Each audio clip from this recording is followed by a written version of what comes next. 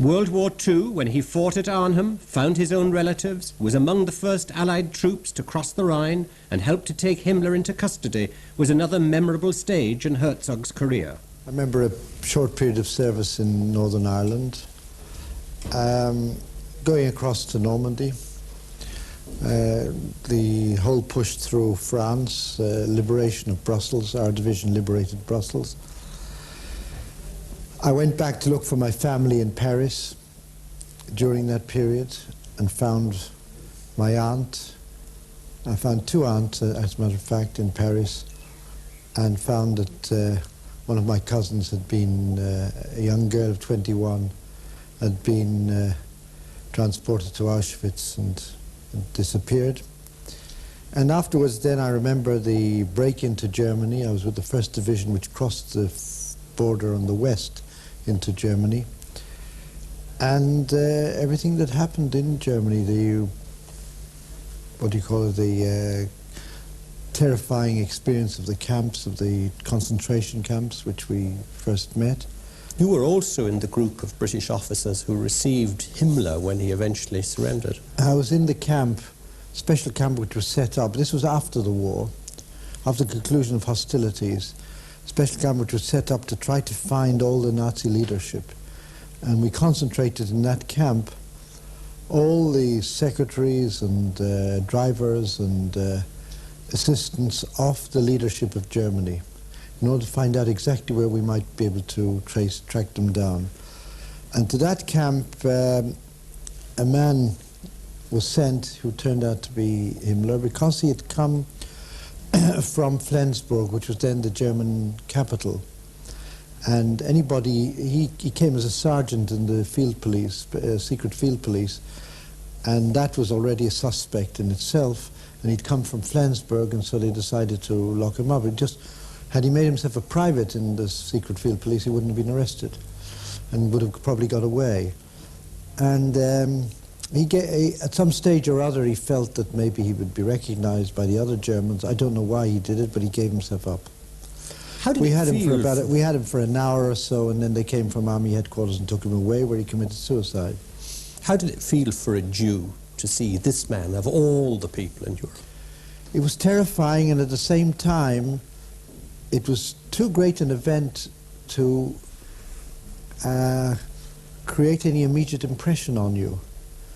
You know, some things happen to people in life that are so imposing that they can't react at all. And I would say that was one of the, that was possibly the case with me. With other leaders. I met some other Nazi leaders there in the camp, including the man who caused the war actually directly, namely the Gauleiter of Danzig. What was so terrifying was that you saw just a normal human being. You expected an animal, a savage, which he was, and you suddenly saw a normal human being like yourself, like anybody else. All of your wartime experience, of course, was good background for you in coming back here to Israel and becoming involved in the armed struggle, becoming involved in intelligence. You were quoted as saying to an Irish journalist about the end of the British protectorate that the British were here behaving like bastards, and indeed inefficient bastards at that. Well, it was pretty terrifying at the end. When I came back, I found myself suddenly, overnight, on the other side of the barrier. Here I'd been an officer with a very considerable responsibility in northern Europe, in the German area, and then I came back and found I couldn't even enter an officers' club in Palestine at the time. That didn't bother me. Their whole attitude, the hangings, the arrests, the closing off of the areas, the real brutality in the treatment of a civilian population. This was, they'd lost their nerve, they'd lost their cool, and they were just lashing out. And you've got the best evidence of the fact is that after that they just threw in the towel. They couldn't continue and handed the whole business back to the UN. In the last days of the British protectorate, Palestine was an occupied country. Jewish demands for a homeland had moved from prayer to action. Arab resistance increased. It was a country moving to a new and violent birth. Jewish resistance groups were ready to fight Arabs and the British, but there could be no military solution to these tensions. The Jewish refugee ship, the Exodus, became a symbol of desperation for independence. Jews driven from Europe after the horrors of the Holocaust or seeking safety from Arab lands carried all the universal marks of every refugee. Displaced persons who became the pawns of a power struggle that reached beyond their human misery. And when the Exodus was turned back by Britain, the guilt of the Holocaust stirred many consciences in the West to a new awareness of an age-old problem. On the streets of the Holy Land, the violence grew worse. That violence, marked in the bombing at the King David Hotel, bred new victims. Both Arab and Jew suffered. The closing days of the British occupation drifted into a new war with the Arab states. Palestinian Arabs, displaced by the creation of that state, announced by Ben Gurion, were to become a political running sore and a threat to Israel. You made the point that the creation of the State of Israel made two refugee problems, an Arab and a Jew problem, that the Jewish state managed its refugees that the Arabs never have done. Is it really as simple as that? It is as simple as that. At that time, I would estimate roughly the number of refugees created by the wars that we had was roughly in the region of 800,000 Arabs, and at the same time the Jewish community, ancient Jewish communities who lived for over 2,000 years in these Arab countries, like in Iraq, Yemen and so forth, were driven out. And we had about 800,000 refugees from the Arab world. Now the Jewish community in Israel and the Jewish community throughout the world rallied round and settled all the Jewish refugees. At the beginning it was very, very difficult, and they lived under very difficult circumstances. And today they are among the leaders of the country today, and very good leaders. And it brought them back to, literally to a normal existence. The Arabs, for their reasons, refused to do this, preferred to treat the Palestinians as pawns, which they've done all their life. And that's the tragedy of the Palestinians. They've been treated by the Arab governments as pawns. They're waking up to that now, but it took them a very long time. And the Arab world, which could have solved the entire problem for the cost of one day's supply of oil, preferred to leave them in these horrible camps and to not to solve the problem so as not to remove the problem from Israel. But was it ever reasonable to expect Palestinian Arabs to accept an Israeli state? It's in all political confrontations. If you don't want to compromise, you can't get very far. The tragedy of the Palestinians was that their leadership did not allow them ever to accept anything less than 100%. The Jewish policy all along was one of compromise, and therefore we've been successful so far. The Arabs was no compromise whatsoever, and therefore they failed. And you have only the recent example again of the PLO turning down the possibility of Jordan representing the Palestinians in peace talks with Israel. And it's the same pattern all along. They could have had a Palestinian state 3 or 4 times.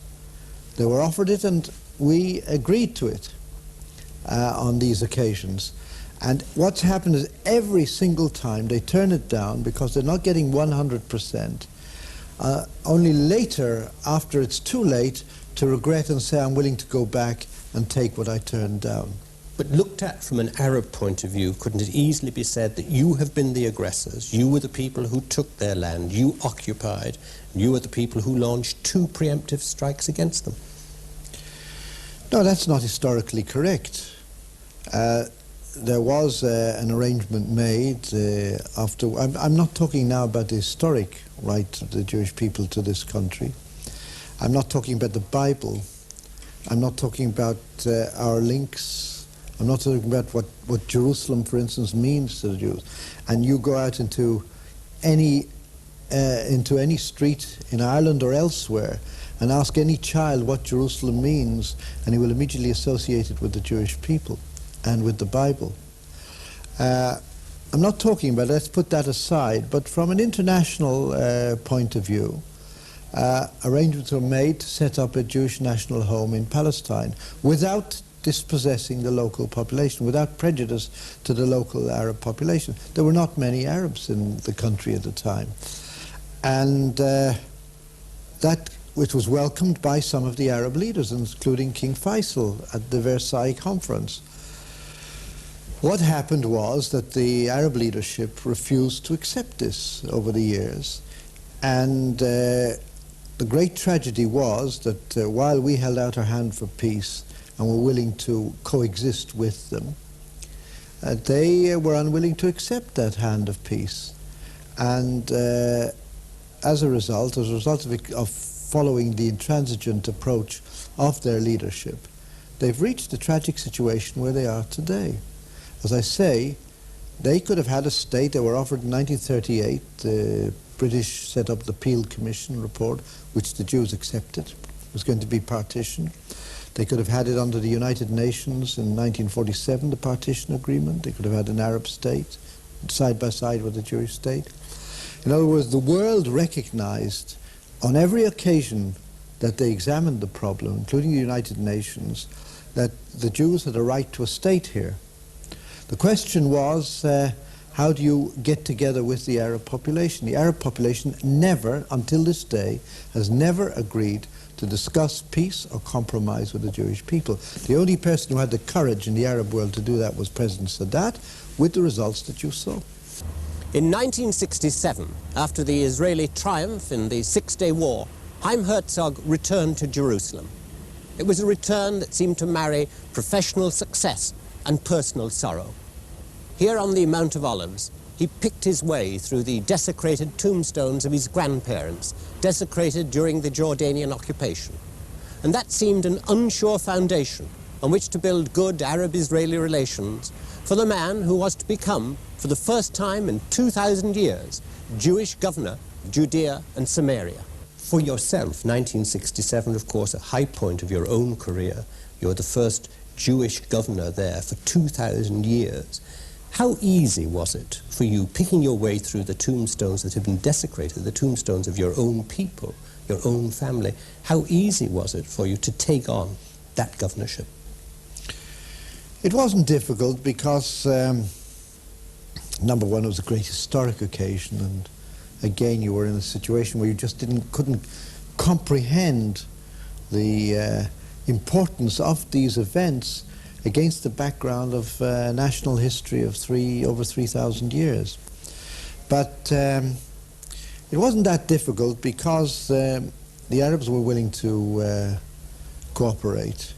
In fact, they offered to cooperate more than I think we were prepared, and I'm sorry we weren't willing to accept it at the time.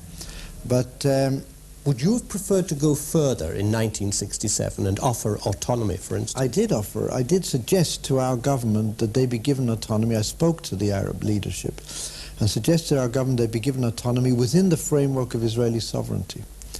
And their situation, they were in such a shock after the 67 war. Remember, they, on the eve of the 67 war, intended to annihilate Israel, and they expected to do so. And a week later, they find that we've driven them out of Sinai, out of the West Bank, out of the Golan Heights, and their world has fallen apart. So they were ready psychologically for an arrangement with us.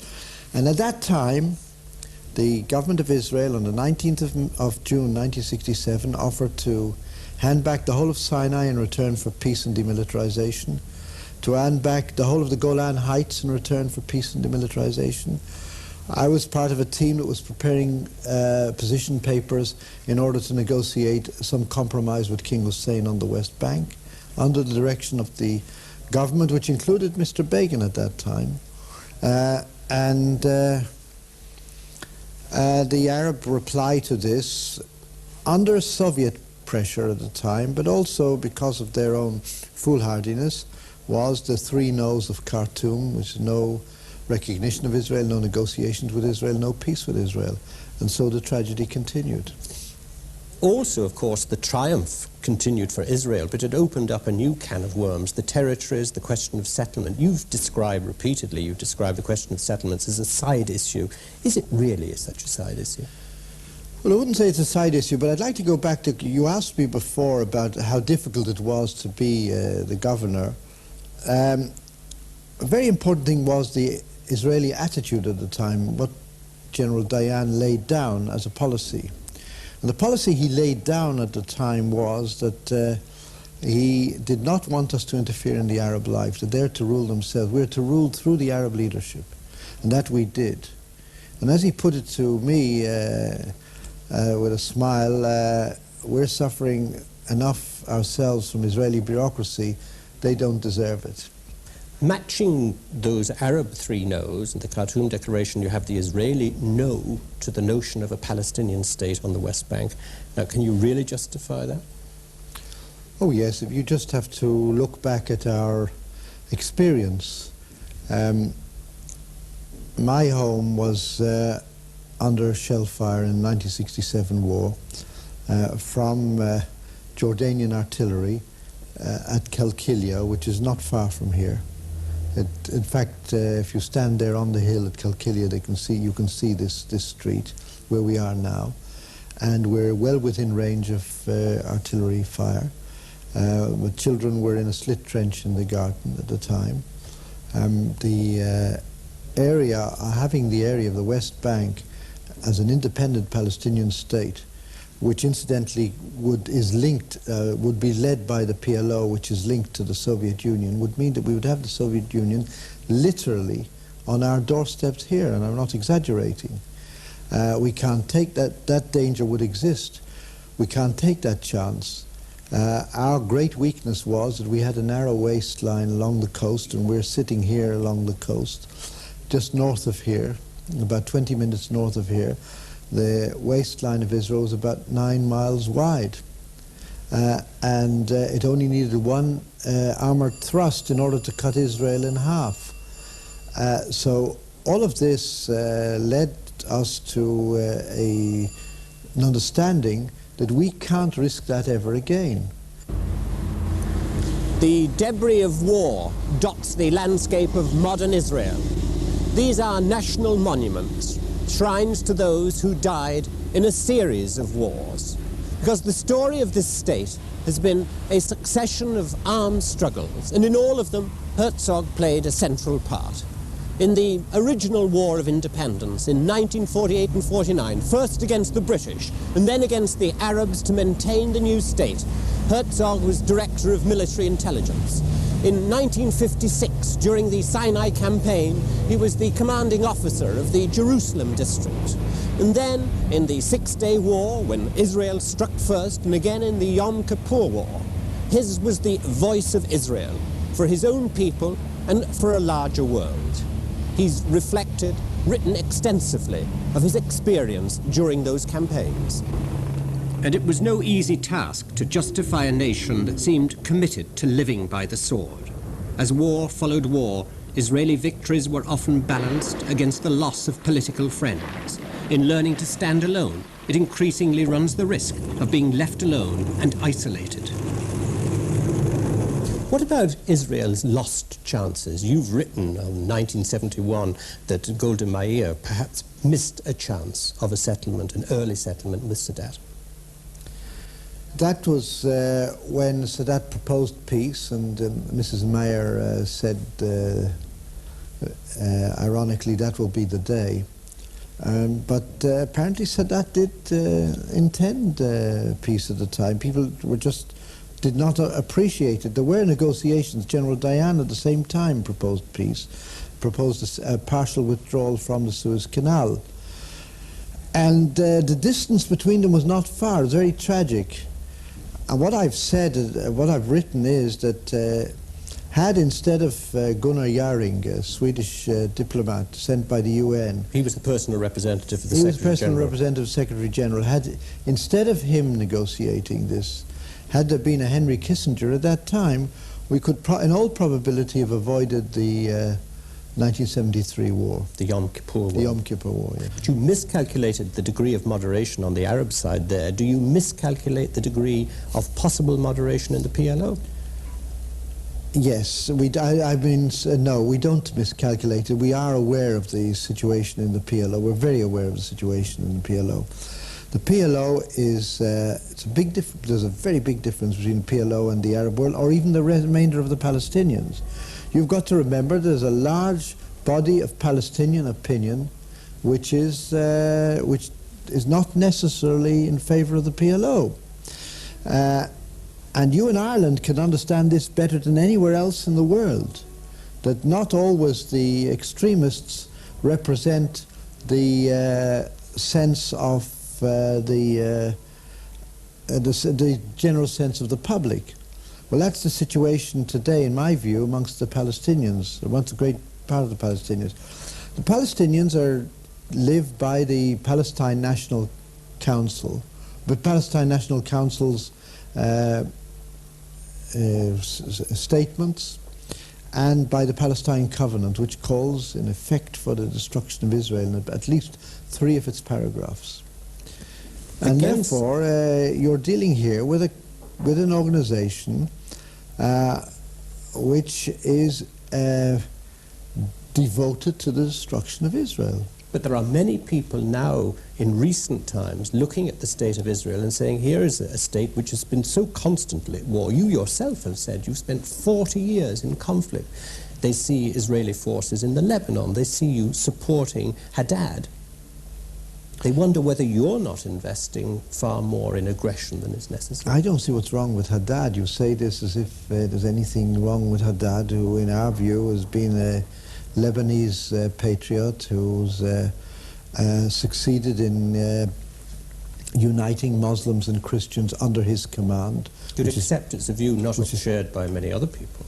I know it's not shared by many other people. We've lived with him. We know him. And we've found that he's been a good ally, a loyal ally, and we've no intention of letting him down. Because we'll never be able to come to any agreement with any Arab group in the Middle East, and we have relationships with a great number of Arab groups in the Middle East. We'll never be able to have their confidence if they feel for a moment that we've let down an ally. And we'll never do it, I hope. And yet, what do you make of world reaction to what happened in the camps? You yourself, after all, here in Israel, helped to mount a demand that there should be a proper investigation. That seemed to many people, to Israel, letting down its own best ideals. Yeah, well, the world reaction was, in my view, unfair and hypocritical, because there are far worse tragedies going on throughout the world. Nobody pays any attention to them. I can just describe the massacres that I raised in the UN. There were 2 million people massacred in Cambodia. Did anybody raise a voice anywhere? Did you have a single editorial in the Irish or any other press about it? Here we raised the issue of the indirect responsibility of Israel. Nobody here talked about Israel's responsibility, direct responsibility for an act, a horrible act, which was carried out by Lebanese Phalangist forces, by Christian forces.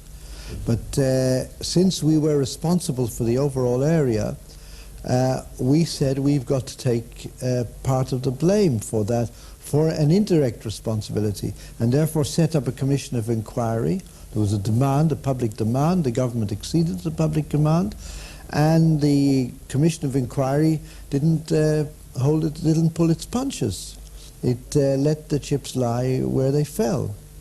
Yet there are many people who in recent times, they point, for instance, to the outright rejection of the Reagan plan as an indication of Israeli intransigence, that you're not prepared now to settle and compromise. The fact is that we are prepared to negotiate with King Hussein any time he comes along, provided there are no preconditions. And after all, you can fault Israel on this or that, but there was only one Arab leader who had the strength and the courage to test Israel, to come forward and say, all right, I'm coming to Jerusalem, I want to negotiate with you. That was President Sadat. It was tough negotiation. In the final analysis, he got back Sinai, and we have relations, and you can get in a bus today in Tel Aviv and drive to Cairo every morning.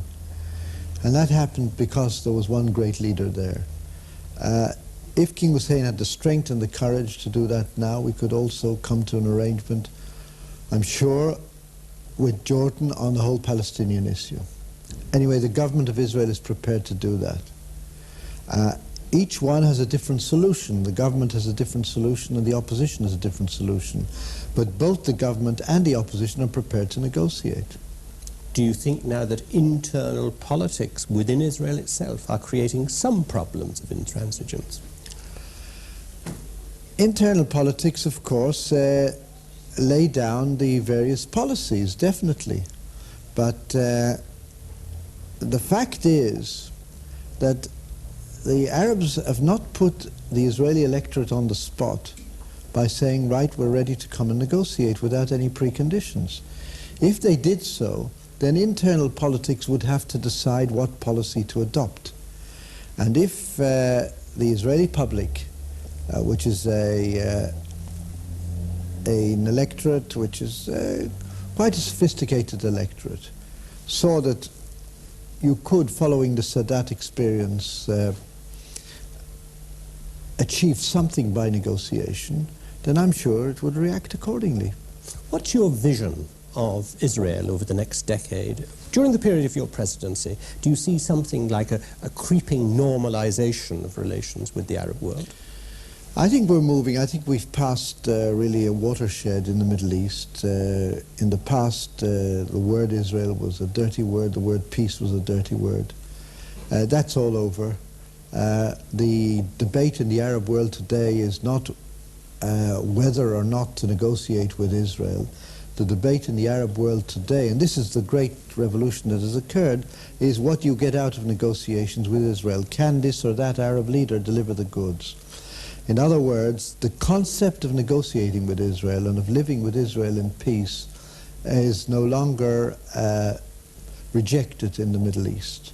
Israel is accepted. Of course, I'm not talking about the fringe, lunatic fringe like Libya, possibly Syria today, but the bulk of the moderate Arab countries recognize that the time has arrived now for the Arab world to accept Israel in the area.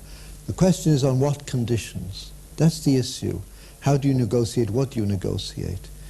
And that's a long process, but it began with Egypt.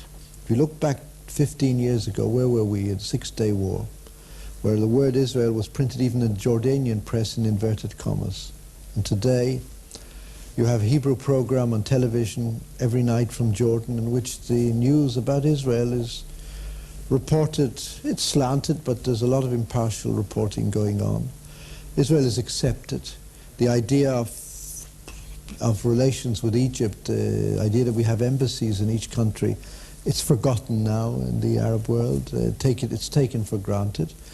We have a free open border with Jordan across the Jordan River with 1 million people crossing in each direction every year and tens of millions of dollars worth of trade. And we're now on the eve of, I'm sure now, of a special arrangement with the Lebanese. You'll see Lebanese car license plates all over the country here, with trade growing there. In other words, I think this process is going to advance, and we've come forward a considerable way. As you enter your presidency, as the country enters its 36th year as an independent state, how far away have you moved from the kind of vision your father had, that this would not just be an independent state, that this would represent a spiritual rescue for Judaism, a haven, he said, for the Jewish people in their bodies and souls? Well, it's certainly been a haven for them in their bodies, and to a great degree, and to a great extent in their soul. There are a lot of aspects of Israeli society that many of us do not like, but we struggle. We live in a society in which you can struggle to improve it. We have many shortcomings. Nobody denies that in this country. We have, but at the same time, we're a country that has pulled itself up by its bootstraps. We have free and independent judiciary. We have a democracy. No child is in want of education in this country. I think back to the days when I was at the UN and looked out and saw only 35 democracies out of 156 countries there in the UN. I thought of the misery and the poverty and the concentration camps and the gulags and all that these nations, these representatives in the UN represent. And I thought of our small country of 3.5 million with all that we've been up against and the type of the freedom of expression that we have, the multiracial society we've established despite all the problems with our Arab population. The fact that the dignity of man is a supreme value in this country, I think we've got a lot to be proud of. And in your presidency, can we look forward to the possibility of a visit back to Ireland? I don't think I would like anything better than to come and visit Ireland as the President of Israel, and as a president who owes a great deal in his formative years to the Irish experience. I would love to come. Chaim Herzog, thank you.